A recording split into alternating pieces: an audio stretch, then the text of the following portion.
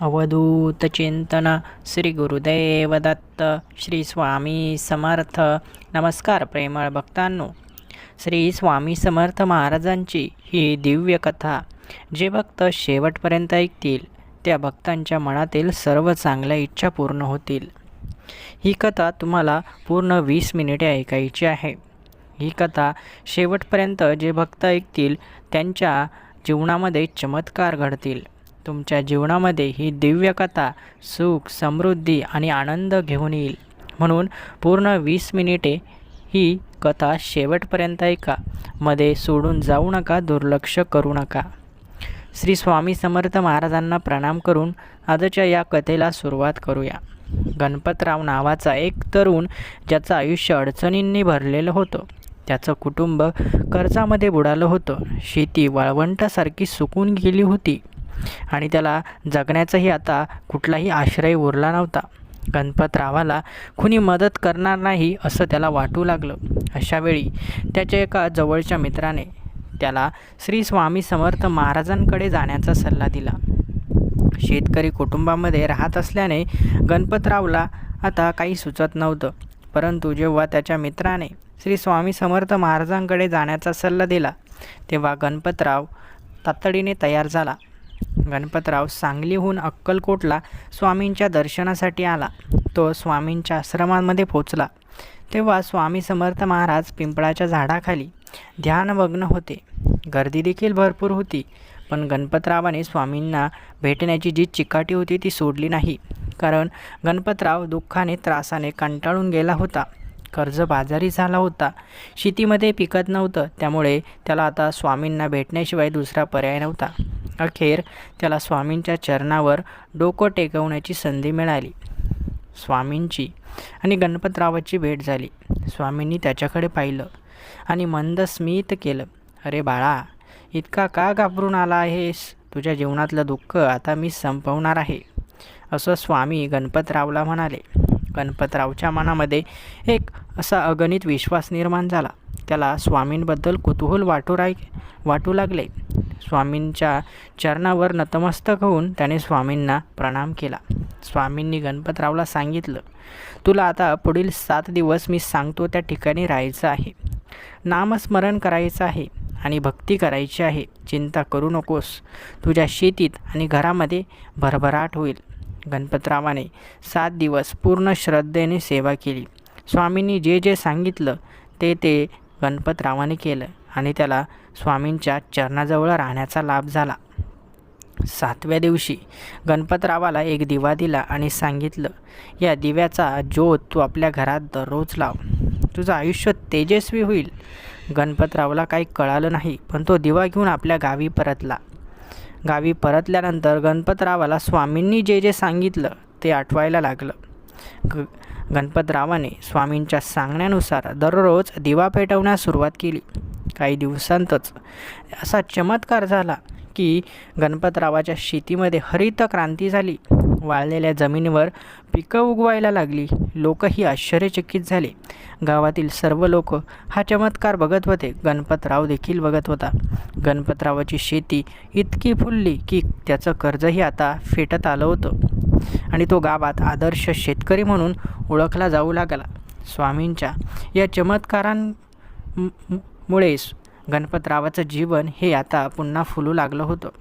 गावकऱ्यांचा सर्व स्वामींवरती विश्वास बसायला सुरू झाला. गणपतरावाच्या चमत्काराची कथा ही गावभर पसरली होती. अनेक गावकरी स्वामींच्या दर्शनासाठी अक्कलकोटला जाऊ लागले. प्रत्येकाला स्वामींचा अनुभव चमत्कारी वाटला.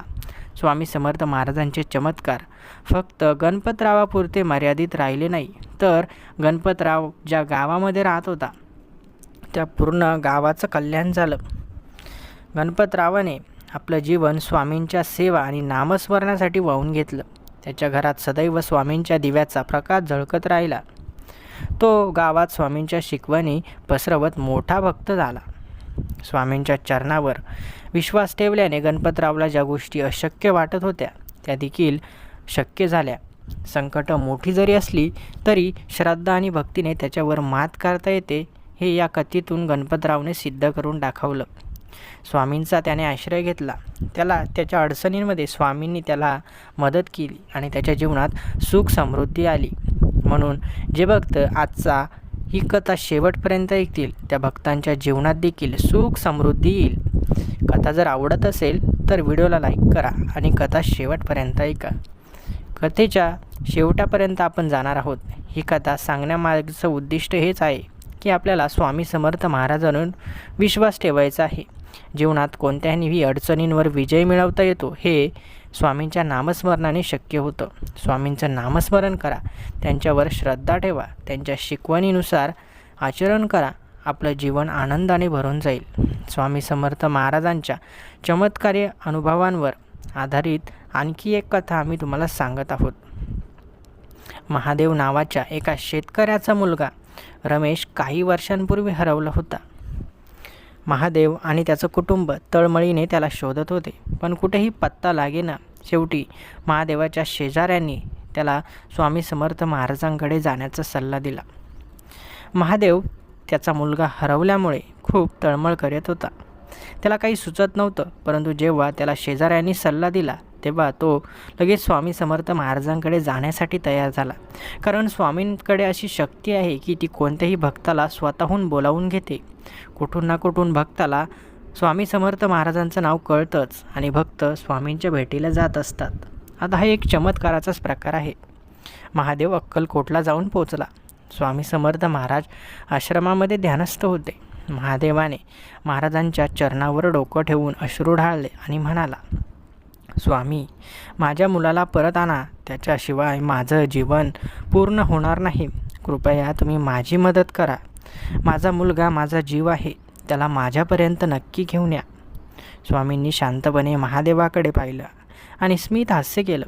ते म्हणाले, तुझं मूल तुला भेटणार आहे, पण त्यासाठी तुला माझ्या सांगण्यावर पूर्ण विश्वास ठेवून काही दिवस सेवा करावी लागणार आहे. काहीतरी मी तुला मार्ग सांगणार आहे, तो मार्ग तुला करायचा आहे. महादेव लगेच तयार झाला, कारण त्याला त्याच्या मुलाची खूप गरज होती. त्याच्या मुलासाठी तो काहीही करू शकत होता. स्वामींनी महादेवाला एका झोपडीत राहून दररोज श्री स्वामी समर्थ या मंत्राचा 108 वेळा जप करण्यास सांगितलं. महादेवाने कष्टपूर्वक पूर्ण कष्टाने आणि मेहनतीने स्वामींच्या आज्ञेचं पालन केलं. त्याचं जीवन हे त्याच्या मुलासाठी खूप महत्त्वाचं होतं. दररोज झोपडीत दिवा लावून स्वामींचं नाम घेत तो सतत प्रार्थना करत राहिला. जोपर्यंत मुलगा मिळणार नाही तोपर्यंत मी प्रार्थना करणार असं महादेवाने ठरवलं होतं. स्वामी जसं सांगत होते तसं महादेव करत होता. मंत्र जपही त्याने सुरू ठेवला. 7व्या दिवशी स्वामी समर्थ महाराजांनी महादेवाला बोलावून सांगितलं, तुझं मूल तुला गावी नदीजवळ सापडेल. तो घाबरलेला आहे, पण त्याला घेऊन ये. महादेवाला आश्चर्य वाटलं. इतक्या वर्षानंतर त्याला वाटलं की स्वामींचं हे वचन खरं होईल का. त्याच्या मनामध्ये शंका निर्माण झाली. परंतु महादेवाचा स्वामींवर विश्वास होता की आता आपण एवढी सेवा केली आहे तर स्वामी नक्कीच आपल्याला काहीतरी चमत्कार दाखवतील असा त्याने मनामध्ये विश्वास ठेवला. महादेवाने स्वामींनी सांगितल्याप्रमाणे तो नदीकडे गेला. त्याला दूरवर एका झाडाखाली एक तरुण बसलेला दिसला, जो हवालदिल वाटत होता. महादेव जवळ गेला आणि ओरडला, रमेश. त्या तरुणाने वळून पाहिलं आणि धावत महादेवाला मिठी मारली. तो रमेशच होता. स्वामींचा चमत्कार खरा ठरला. स्वामींनी जे सांगितलं ते खरं ठरलं आणि महादेव रडू लागला. दोघा बापलेकांची भेट झाली.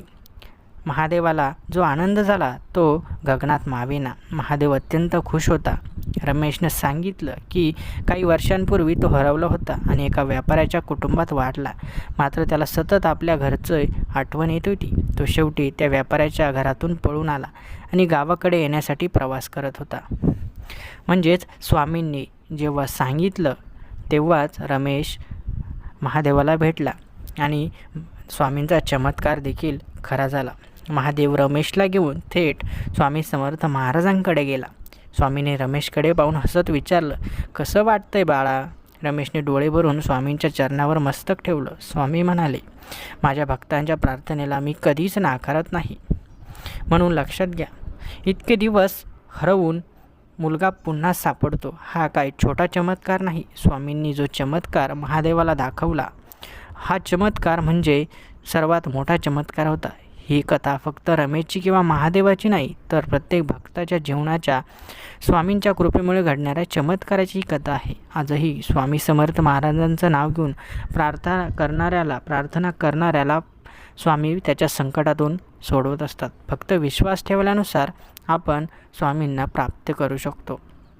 म्हणून जशी महादेव आणि रमेशची भेट झाली, त्यांनाही स्वामींचा चमत्कार बघायला मिळाला, तसंही तुम्हालाही स्वामींचा चमत्कार पाहायला मिळेल.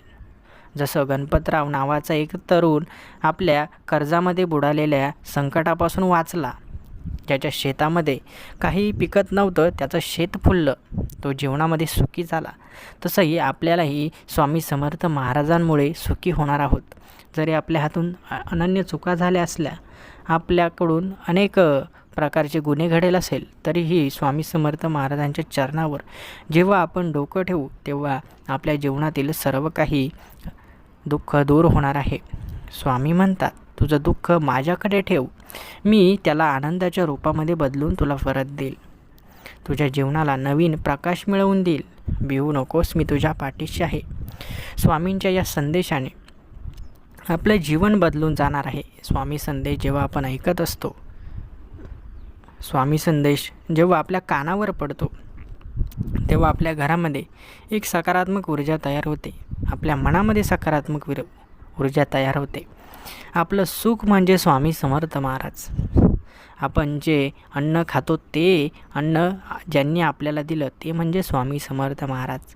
आपल्याला जो जन्म मिळाला, आपल्याला जो मनुष्य जन्म मिळाला, त्याचं कारण म्हणजे श्री स्वामी समर्थ महाराज. आजचं जे जीवन आपण जगतोय त्या जीवनाचं कारण म्हणजे श्री स्वामी समर्थ महाराज. स्वामी समर्थ महाराज प्रत्येक गोष्टीच्या चराचरामध्ये आहेत, फक्त आपल्याला ते जाणवले पाहिजेत, तेवढी शक्ती आपल्यामध्ये असायला हवी. तुझ्या मार्गातील जे अडथळे येत आहेत त्या अडथळ्यांना स्वामी फुलांमध्ये रूपांतरित करणार आहे. तू तुझ्या ध्येयाच्या वाटेवर फक्त चालत राहा, स्वामी समर्थ महाराज तुला मदत करणार आहे. तू इतका मोठा होणार आहेस की लोक तुझी स्तुती करणार आहेत. भिवू नको, स्वामींची शक्ती सदैव तुझ्या पाठीशी आहे. तुझं भविष्य खूप तेजस्वी असणार आहे. तुझ्या कष्टांना फळ मिळणार आहे. तुझं यश खूप पुढे तुला घेऊन जाणार आहे. तुझ्या कष्टांना यश मिळणार आहे. तुझ्या मनात असलेली प्रत्येक शंका किंवा प्रत्येक कुठलीही वाईट गोष्ट निघून जाणार आहे. तुझ्या जीवनातील प्रत्येक क्षण हा आनंदाने भरून जाणार आहे. चिंता करू नकोस. स्वामींचे हा संदेश जोपर्यंत तू ऐकत आहेस तोपर्यंत कुठल्याही क्षणी तुझ्या जीवनामध्ये एक चांगली गोड बातमी येऊ शकते. म्हणून आजचा संदेश हा शेवटपर्यंत नक्की ऐक. तुझ्या जीवनातील जो काही अंधकार दाटला आहे, जी नकारात्मक शक्ती आली आहे, त्या नकारात्मक शक्तीला आणि अंधकाराला देव उजाडामध्ये बदलणार आहेत. तुझ्या आयुष्यामध्ये आनंदाचं सोनं होणार आहे. भिवू नकोस, स्वामी महाराज तुझ्या पाठीशी आहे. तुझं जीवन जे काही अशांततेने भरलं आहे, ती अशांतता निघून तुझ्या जीवनात सर्व काही शांतपणे सुरळीत घडणार आहे. तुझ्या कष्टाचं फळ इतकं गोड असेल की ज्याचा गोडवा तू आयुष्यभर विसरणार नाहीस. जीवन जे स्वामींनी दिलं आहे, आपले मालक स्वामी समर्थ महाराज आहे. आपण फक्त कार्य करत राहायचं, फळाची अपेक्षा करायची नाही. फळ आपल्याला स्वामी समर्थ महाराजच देणार आहे. तुझं जीवन असं भरभरून आनंदाने भरून जाईल की तुझ्या चेहऱ्यावर जो आनंद आहे तो याआधी कधीच नव्हता, तसा आनंद तुझ्या चेहऱ्यावर येणार आहे. स्वामी म्हणतात, तू कोणत्याही संकटात असला तरी मी तुझ्यासाठीच आहे. तू तुझ्या जीवनात मोठा चमत्कार करायला सज्ज हो. फक्त श्रद्धा ठेव. तुझ्या प्रत्येक अश्रूचा हिशोब माझ्याकडे आहे. स्वामी म्हणतात, बाळा, तुझ्या आयुष्यामध्ये जे काही घडेल त्याला मी चांगल्या गोष्टींमध्ये बदलणार आहे. भिवू नकोस, माझे आशीर्वाद सदैव तुझ्या पाठीशी आहेत. आज ज्याचा काही तू विचार करतो आहेस ती गोष्ट भविष्यामध्ये तुझ्या हातात असेल. फक्त लक्षात ठेव, आपल्याला जरी कोणाचंही चांगलं करता आलं नाही तरी चालेल, परंतु चुकूनही कोणाचं वाईट आपण करायचं नाही. आपण सर्व स्वामी भक्त आहोत आणि स्वामींची सेवा करणं हेच आपलं कर्म आहे आणि आपण ते कर्म करत राहायचं. जेव्हा केव्हा अडचण येईल, फक्त श्री स्वामी समर्थ नावाचा जप करून बघ. तू त्या अडचणींवरती नक्की मात करशील. आपण या ज्या 2 कथा ऐकल्या, या कथांमध्ये देखील स्वामी समर्थ महाराजांनी चमत्कार केले. जेव्हा गणपतराव अडचणींमध्ये होता, संकटामध्ये होता, कर्जामध्ये होता, तेव्हा फक्त त्याने स्वामींचे चरण पकडले आणि त्याच्या आयुष्यामध्ये चमत्कार झाला. महादेवाला त्याचा मुलगा मिळाला. याचाच अर्थ स्वामींचे हे चमत्कार आहे ते कधीही होऊ शकतात. चांगले क्षण येण्यास सुरुवात झाली आहे. जेव्हापासून तू स्वामी सेवा सुरू करशील तेव्हा अनेक आमूलाग्र बदल तुझ्या जीवनामध्ये घडण्यास सुरुवात होईल. तुला असं वाटत असेल की तुझं जीवन म्हणजे आता संपल्यासारखं आहे, परंतु ही तर खरी सुरुवात आहे. अरे बाळा, जीवनाच्या तू जेव्हा महत्त्वाच्या टप्प्यावर येतो तेव्हा तुला हरल्यासारखं वाटतं, परंतु तिथे हरायचं नाही, तर ती खरी नवी सुरुवात असते. जीवनामध्ये कितीही त्रास झाला, कितीही संकटे आपल्यावरती आली तरी आपल्याला ती संकटे मजबूत करत असतात. म्हणून स्वामी समर्थ महाराज आपली परीक्षा बघत असतात. त्या परीक्षेमध्ये आपल्याला अव्वल यायचं आहे, चांगल्या गुणांनी पास व्हायचं आहे. म्हणून लक्षात ठेव, स्वामी समर्थ महाराजांच्या या कथा आपल्यासाठी प्रेरणादायी असतात. स्वामींचे संदेश आपल्याला ऐकण्याची गरज यासाठीच असते. स्वामी समर्थ महाराज म्हणतात, घाबरू नकोस, जरी तुझ्या आधाराला कोणी नसेल तरी मी तुझा आधार होईल. तुझे डोळे मी होईल, तुझं कर्म तुला चांगल्या गोष्टींकडे नेईल. घाबरू नकोस. जीवनातील सर्व सकारात्मक गोष्टी तुझ्या जीवनात घडण्यास सुरुवात होईल. तुझ्या मनातील प्रत्येक चिंता मिटून जाईल. जेव्हा जेव्हा तू माझ्या चरणाशी येशील तेव्हा तेव्हा चमत्कार तुझ्या जीवनामध्ये घडल्याशिवाय राहणार नाही. ज्या गोष्टींची तू मनापासून आचरणा करतो, मनापासून भक्ती करतो, ती प्रत्येक गोष्ट तुला नक्की मिळेल. जेव्हा तू हा प्रेरणादायी संदेश ऐकत असतो तेव्हा तुझ्या भूतकाळामध्ये घडलेल्या गोष्टी तू विसरून जायच्या. आता वर्तमानामध्ये जगण्यासाठी सुरुवात करायची. आज जे कार्य करतो आहे त्या कार्याचं फळ तुला भविष्यामध्ये मिळणार आहे. ईश्वराचं स्मरण आपल्या मनाला स्थिर करत असतं. नेहमी असं ठरवायचं की आनंदी राहायचं, कारण जेव्हा तू भूतकाळाची चिंता किंवा भविष्याची चिंता करशील तेव्हा जीवनामध्ये नेहमी वाईट गोष्टी घडतील, परंतु जेव्हा तू वर्तमानाचा विचार करशील तेव्हा जीवनामध्ये तू आनंदी राहशील. भूतकाळामध्ये झालेल्या वाईट गोष्टी कधीच स्मरणात ठेवू नये. उलट ज्या आनंदाच्या गोष्टी झाल्या त्या साठवून ठेवाव्या, कारण त्या आनंदाच्या गोष्टी तुम्हाला जीवनामध्ये देखील आनंद देतील. आणि वाईट किंवा चुकीच्या झालेल्या गोष्टी या स्मरणात ठेवायच्या नाही, त्या विसरून जायच्या असतात, कारण त्या आपल्या जीवनाला उद्ध्वस्त करत असतात. रोजच्या दिवसाची सुरुवात स्वामींच्या प्रार्थनेने करायची. तुझा संपूर्ण दिवस चांगला जाईल. कधी कोणालाही दुखवायचं नाही. सर्वांवर प्रेम करायचं, प्राण्यांवर देखील प्रेम करायचं. मानवता फक्त माणसांपुरती मर्यादित नाही, तर ती सर्वांसाठी असते. म्हणून हे मानवी जीवन प्रत्येकाला काही ना काही नवीन शिकवण देण्यासाठी आहे. म्हणून प्रेमाशिवाय आपलं जीवन देखील अपूर्ण आहे. दुसऱ्याच्या दुःखामध्ये नेहमी सहभागी हो. जर दुसऱ्याचं दुःख पाहून तुलाही दुःख वाटत असेल, तुझंही काळीज पिळवटून निघत असेल, तर तू खरा माणुसकीचा आहे. जर तुला दुसऱ्याचं दुःख पाहून काहीच वाटत नसेल तर तुझ्यामध्ये माणुसकी शिल्लक नाही असं म्हणायला काही वावगं ठरणार नाही. चुका स्वीकारायला शिक, त्यातून शिकण्याची तयारी ठेव. चुका सुधारणे हा मोठेपणा असतो. माझंच बरोबर आहे अशी रट लावून धरणं देखील चुकीचं आहे. आपलं जर चुकत असेल तर ते मान्य करणं हा आपला सर्वात मोठा मोठेपणा आहे. स्वामींची देखील हीच आपल्याला शिकवण आहे. सत्य आणि अहिंसेचा मार्ग स्वीकार. भिवू नकोस, स्वामी तुझी पाठराखण करत आहेत. जेव्हा जेव्हा स्वामी समर्थ महाराज तुझ्याकडे येतील तेव्हा तेव्हा ते तुझं मन बघतील. तुझं मन शुद्ध ठेव, कारण शेवटी स्वामी समर्थ महाराज तुझ्या मनातच विश्राम करणार आहेत. सत्याची वाट कधी सोडू नकोस. जरी सत्याची वाट कठीण असली तरी ती अजिबात सोडायची नाही, कारण तुझी मेहनत हीच खरी तुझी ओळख असणार आहे. भूतकाळ विसरून तुला आता भविष्याला सामोरं जायचं आहे. वर्तमान काळामध्ये तुला जगायचं आहे. आध्यात्मिक मार्गावर चालायचं आहे. या गोष्टी कधीच विसरू नकोस. स्वामींची ही शिकवण नेहमी तुझ्यापर्यंत आम्ही पोचवत राहणार आहोत, कारण जेवढ्या स्वामी भक्तांपर्यंत आपण ही स्वामींची शिकवण पोहोचवू तेवढा मोठा स्वामी भक्त परिवार आपला तयार होणार आहे. तुलाही आजचा हा संदेश आवडला असेल तर या संदेशाला लाईक नक्की कर आणि तुला होईल तेवढ्या स्वामी भक्तांपर्यंत हा संदेश शेअर नक्की कर. त्यांना नक्की पाठव आणि जर असे स्वामी संदेश रोज ऐकायचे असतील आणि सर्वात अगोदर आपल्यापर्यंत यावे असं वाटत असेल तर चॅनलला नक्की सबस्क्राईब करून ठेवा. श्री स्वामी समर्थ. जय जय स्वामी समर्थ. धन्यवाद.